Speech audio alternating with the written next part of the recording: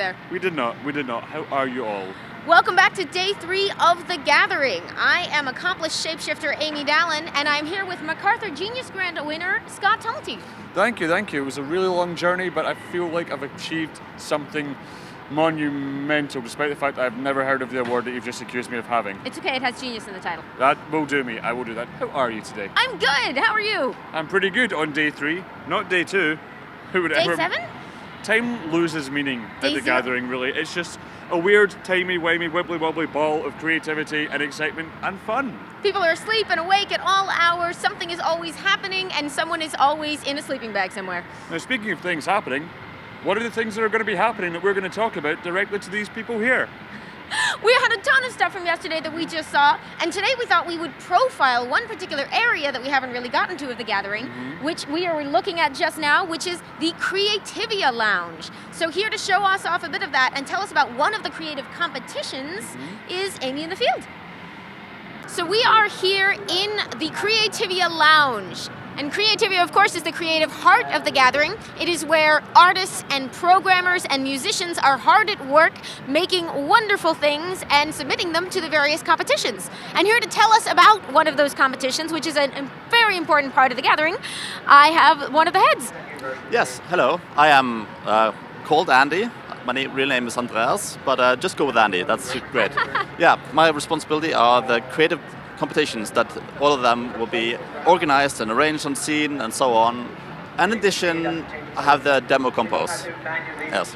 So that's actually what we wanted to talk about, the demo combos. Of course, The Gathering started out as a demo party. That's correct. Can you tell us a little bit about that? What is that? A demo is taking a piece of hardware and making it do something cool.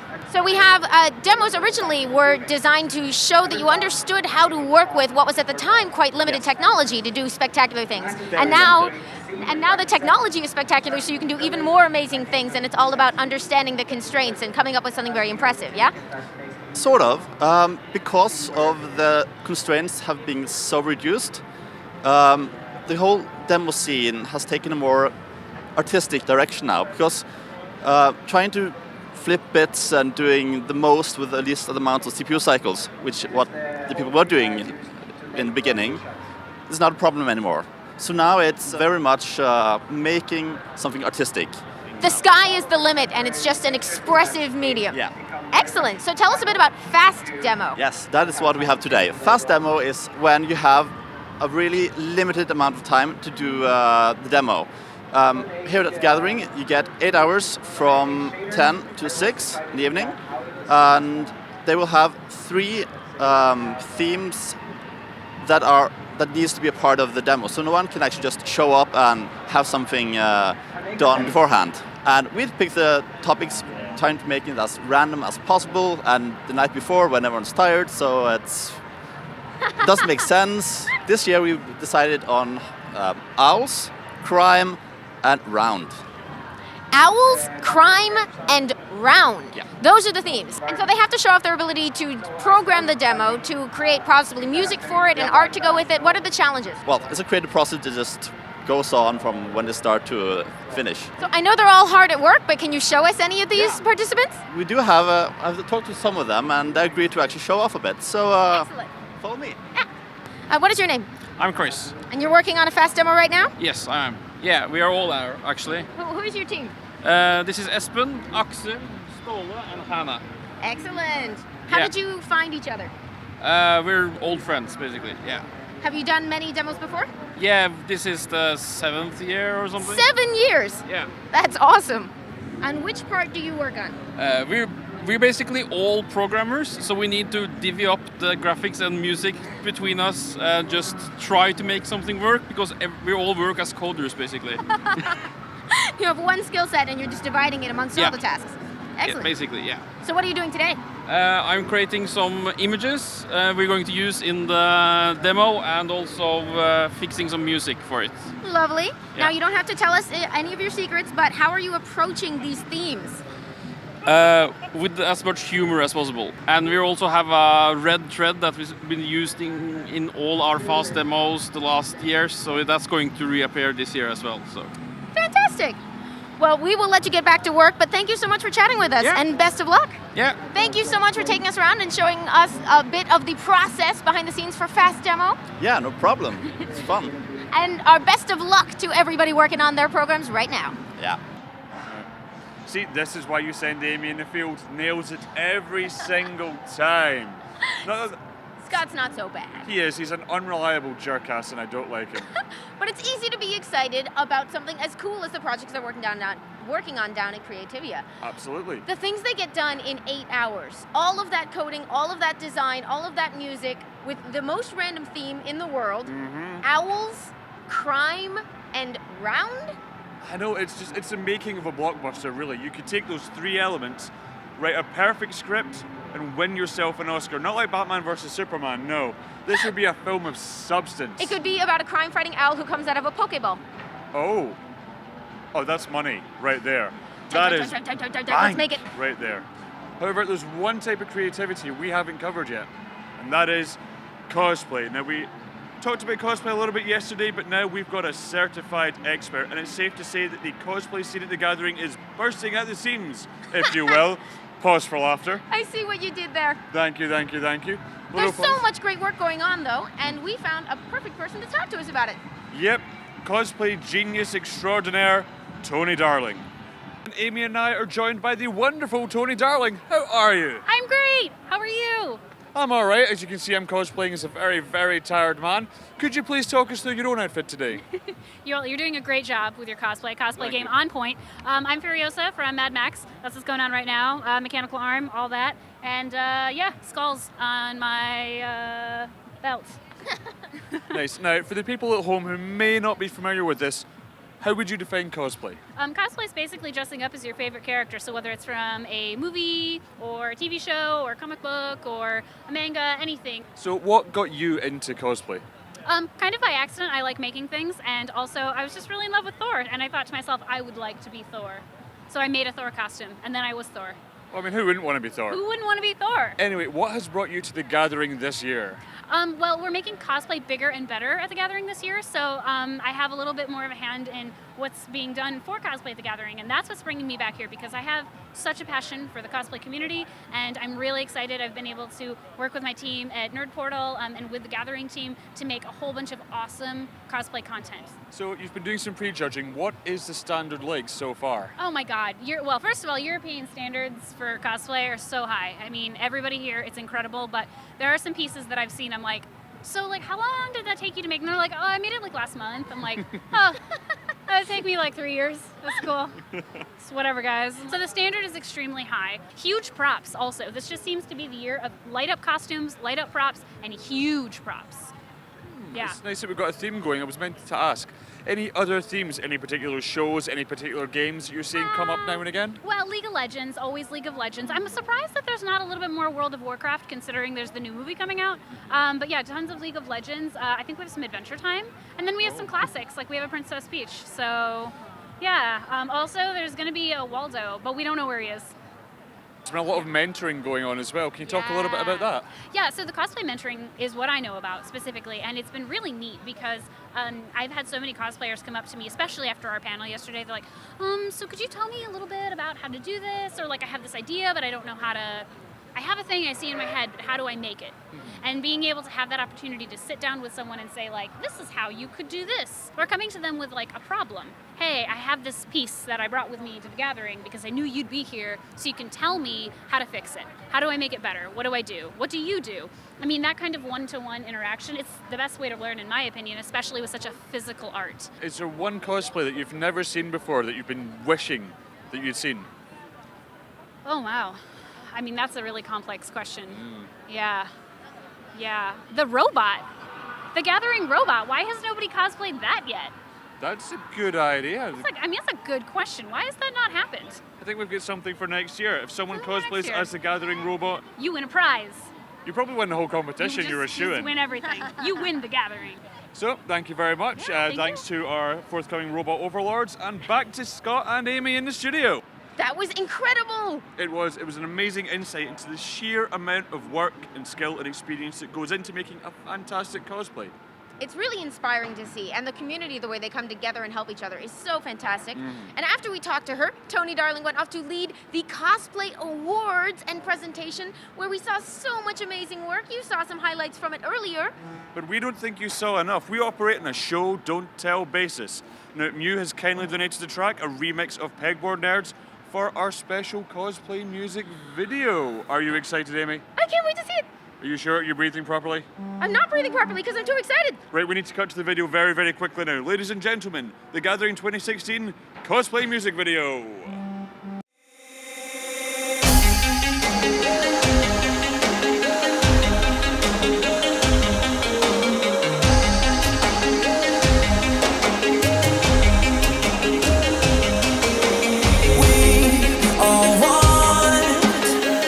Everything to be perfect, but life is hard. And sometimes you gotta wonder if it's worth it. I don't know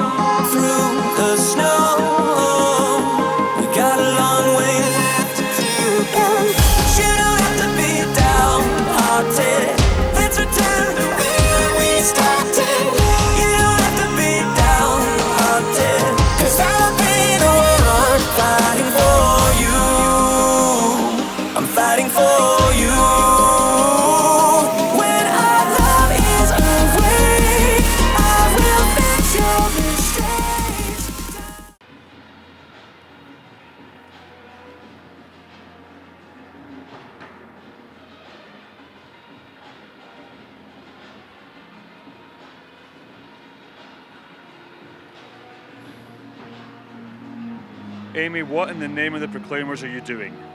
I was inspired by all the cosplay. Amy, we are professionals. Can't be acting like this. Go get changed. Bipnos. Wow, that was quick, but I'm sure there's definitely a rational explanation for how quickly you got changed. I'm not a hologram, and that wasn't easy. I understand. I understand your pain. I understand your difficulties. I also understand how amazing that music video was. Ah! What was your So favorite? cool. I believe we had the same favorite. Gotta go for the classics. Link? Almost Link as from if Zelda. our minds were linked at the same time. A link to the past, present. Future. Yep. Time loses meaning at the gathering. Link was awesome, so was everybody else involved. So much amazing work. And I love how you'll notice there were a lot of characters from popular games in that. Of course. Because it's a great way to express your love for that medium and for those characters with a lot of hard work. Another great way to turn your love of games into a big part of your life is to be a professional streamer. That's right. Imagine just talking to a camera about games for a living. Imagine doing that. He's really good at it. But yes, the streamers are absolutely And fantastic. we have a section of VIP streamers here at the gathering. People who've created communities around their love of gaming and their ability to be very entertaining while they do it and share it with people all over the world. And I got to talk to some of them up on stage. Then we should go to that right away because it sounds fantastic. So ladies and gentlemen, the VIP streamers. My name is Amy Dallen, and I'm here with some of our VIP streamers this year at the gathering. Would you mind introducing yourselves, please? Okay, so my name is Henrik. I'm a streamer. I'm known as Henwick. I stream League of Legends. Hi, my name is Dina, and I stream World of Warcraft on twitch.tv/Dina Plays. And my name is Truls. I am a YouTuber that streams on the side, but I have gained a follower, so I'm here now. How long have you been streaming? I've been streaming for like 3 years, I think. It started on my YouTube channel. They wanted me to do something live, so I started with it. Thought it was good and funny. It was more interactive, and I started doing it for a lot more time than I used to. I had just started school, and I found out that I didn't want to go to school anymore, so video games, I guess. That's the story. I got started with streaming. Shout out to Keenely for getting me to get into Twitch. Aww. We were duo streaming a bit at the start, and she managed to give me like 300 followers to start with. So I actually got like a bit of a boost. You have a British accent. I used to live in London. Ah, neat. I'm American, so we love British accents. Everywhere we go, we're like, yes, say something Londony. Learning to distinguish between the feedback that's going to help improve what you're doing and the stuff that's just haters. That seems like a really useful skill. That's why I got mods. So what's the role of a mod, for those who might not be familiar? A mod or a moderator is a few people you chose to be like a babysitter for your chat. Just take out the nasty stuff and get rid of the spam. I got like to a point where I was really having a really bad anxiety, and I was pretty much only working and gaming. And I still have a bit left. Like, this is the first time I'm going in the open in 2 years. You seem very, very natural. So this is the first time, and I was really stressed the first day here. I was like, holy shit, this is there's so many people and I'm not used to it. So, but it has helped with my social anxiety. So that's fantastic. Yeah. That's a wonderful benefit of doing things like this. And you don't show it at all, but thank you. It's awesome. I feel like a noob in comparison. He is talking about PlayStation 1 and she is talking about Nintendo. I started with PlayStation 2. Oh. I think I'm a little older than all of you. I started with DOS games. What was the transition like, going from doing it every once in a while to trying to be more rigorous and scheduled about it? It wasn't that hard actually, because a lot of people were like, what, you're streaming today as well? And I was like, yeah, it's 2 days in a row. So it wasn't really that bad. It gave me a lot more streaming. It just helped me out with the feedback and made me just want to push out more, that it actually worked out so easily. You came from doing primarily YouTube stuff and added doing the live stuff, kind of the opposite journey. What's that been like? Well, when I'm making videos, I'm sitting by myself or playing with friends and just capturing it all and editing it. I can actually edit my humor, but on live stream we can't do that. Well, when I started playing League of Legends like 6 years ago, there were like all these funny moments, and when something funny happens, well, it's just lost. But if you stream it and you can show people, you can laugh together, like it's a whole nother experience. So you can capture that element of the experience and share it with a much wider audience. Yeah. That's awesome. So it's amazing how, streaming has just taken off in recent years, how it's become an art form, a medium of its own. You've got Twitch, you've got YouTube streaming, so many ways to do it. I have to say, I have tried it. Not easy. It's very difficult to talk about a game and play a game at the same time, and in my case, eat a lot of garlic bread. That is an important part, especially of your streams. They wouldn't be the same without it. It wouldn't have been the same without You garlic have to bread. rise to the challenge. I did have to stop though, just too many carbs. It's not good for you. Garlic bread every Monday, it does things to you that's really bad.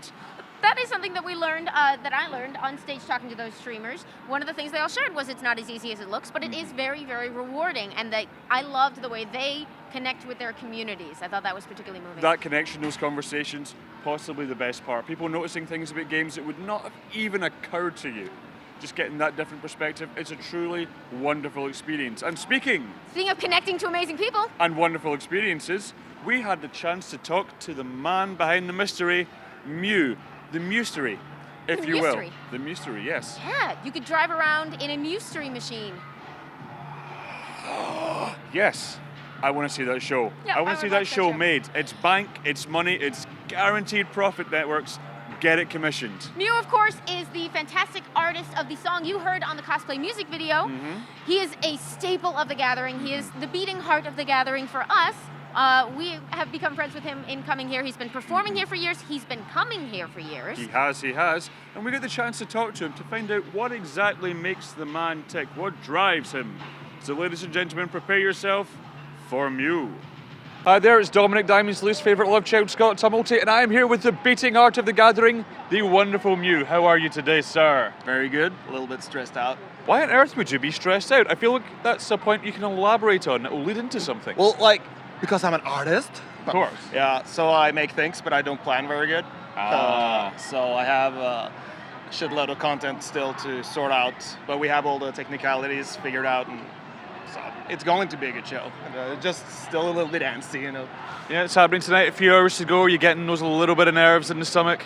You like butterflies, and you go a little bit more warm in the nether regions. The nether regions, a little bit of a warmth. Yeah, like a waft. It kind of comes up a little bit as well. I understand it. It's something I get every time a camera looks at me, so you can understand how stressful this is. Yeah. For me personally, I'm actually going to go home and cry later. So the show's in a few hours. Can you give us any kind of preview? It's going to be more of the same for those that have seen it before. Lots of video content, even more sync, and I try to do more interaction with the crowd because that seems to work very well at the gathering. And you draw quite a crowd now. I mean, how many times have you played the gathering? This is my fifth year. In a row. I played 2006 or 7 to under another moniker. This is the fifth time as Mew in a row, so it's like a... I mean, from a personal point of view, I've seen the crowds get bigger and bigger and bigger. The stage shows get bigger and bigger and better. So I have to say, no pressure, but I am looking forward to. I'm expecting it to change the entire course of my life. It will. For the better or for the worse? Better. Good. Thank God for that. And you will also get more beard. Even more beards. Thank God for that. You have no idea how cold my face gets. So, apart from being a performer, how long have you been coming to the gathering itself? Since 2001. Wow. Yeah, so I like it here. So talk us through some of the differences between the gathering now and the gathering back in 2001. Well, for instance, you see all the shelves. Before they started allowing shelves, you could actually see the entire ship. All right. So one of the main things when you got here, when they did the lights off and you were sitting on the benches. Yeah. And you saw all the screens. Wow. So that's kind of like gone now. You see more lights, but a lot of shelves, and slower internet, and yeah, but it's basically the same. It's about the vibe, and the social. And So when did the shelves actually start coming in? a couple of years ago, if I recall correctly. It's really. almost like the past and the present have blurred. Yeah. You're existing in a quantum state now. You exist in both the present, the past, and the future. Yeah, and regarding that, because we figured out why I act like a kid, I even see. though my age, because you have time dilation, Oh, like in of course. Interstellar. So when you approach a massive object, like time changes. All right. So that's why I'm still young but old. I see what you mean. Now, like we said, you do exist in the future and the past at the same time. Does that help you plan out your sets? No, Not at all? not at all. Curses. Yeah. Actually, speaking of sets, last year I believe it was all original material. Can we expect the same this year? Yes, about half the set is completely new songs. Oh. Some of them are released and like available on my SoundCloud, but Yeah. I have some new material, and the old material I tried to give it a twist. I see. Have you ever thrown in any other songs? I mean, what I'm thinking of doing is I'm going to throw some names at you, throw some song names at you. Would you ever include them in a set? First one is True Survivor by David Hasselhoff. Of course. Of course. Yeah. Good answer. How about Hello Kitty by Avril Lavigne? I mean, it's got a nice wee breakdown in the middle. It's can of worms. I can see it in your face. Your head says no, but your heart says yes. Give it a trap beat. And then There we go. Yeah. Sorted. Okay, Laid to Rest by Lamb of God. Abada? Again? Laid to Rest, they're a band called Lamb of God. I haven't heard that one. You haven't heard that one? We'll need to sort it. It's Your possibly- eyes tell me to be ashamed. No, it's possibly the hottest dubstep record of about 2005, so... Oh, okay. No biggie. No biggie. And last but not least, God, I want to say David Hasselhoff again. I couldn't possibly go there. There's this German kids TV show called Schnappi. Theme Oh, song. das kleine Krokodil. Depends on the setting. I could do a mashup or something. A Like, Schnappi mashup. yeah, like Schnapper. yeah, Broiler, who played here on the opening, played Thomas, the engine. That was like just blew my face off. That was so funny. And we had Let It Go last night as well. Yeah, so Always a you classic. can do a lot of things here at the gathering. That's really fun, and you can't do it for a more serious crowd. Yeah. Yeah. It's been a pleasure, sir. I look forward to your show. Thank you. Best of luck. And back to Scott and Amy in the studio. So there you go, a little bit of the mystery of Mew unraveled. That was so much fun. I always enjoy mentioning Avril Lavigne in interviews. It gives you a sense of where that person's head is at. Can they cope with stressful situations? Can they cope with that kind of musical trauma? And Mew coped admirably, I think. It's not an easy thing to talk about Avril He's a Lavigne. survivor. He is a true survivor. He makes it through the gathering every year. Every single year. Now, we've seen the concert. Do we want to share it with people? Ooh, I don't know. I mean, it was there's- pretty great. We could just keep it for ourselves. We could frame it and keep it in our hearts, but I feel the people deserve it. I think the people deserve to know what they could be in for if they come here next year. This was the capper to day 3 at the gathering, an amazing live concert by Mew. Yep, get ready for more Mew or Myor Mew. See what I did? I do.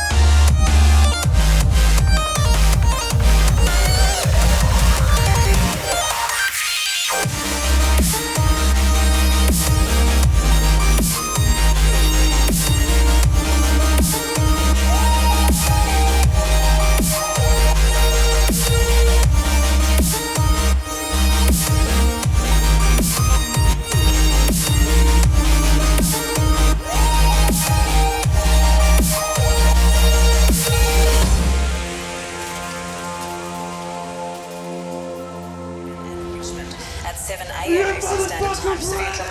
Category 5. Repeat after me!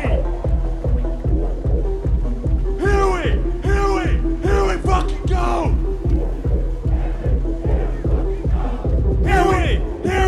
Here we fucking go!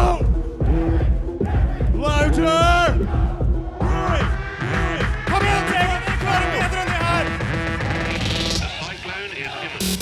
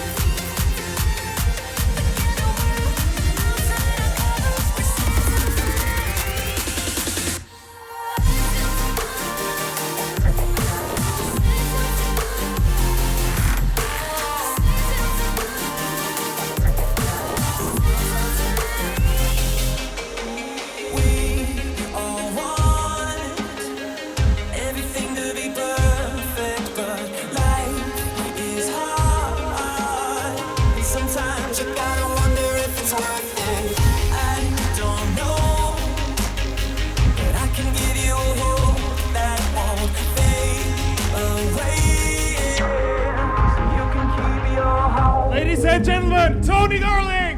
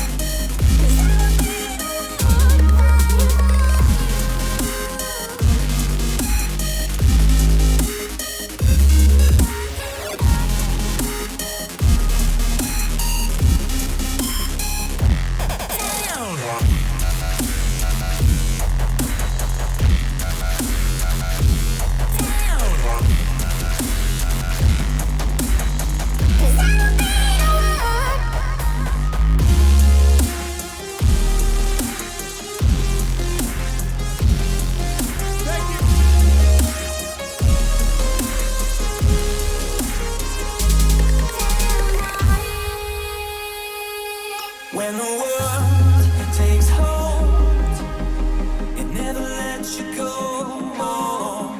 Through the snow, we got.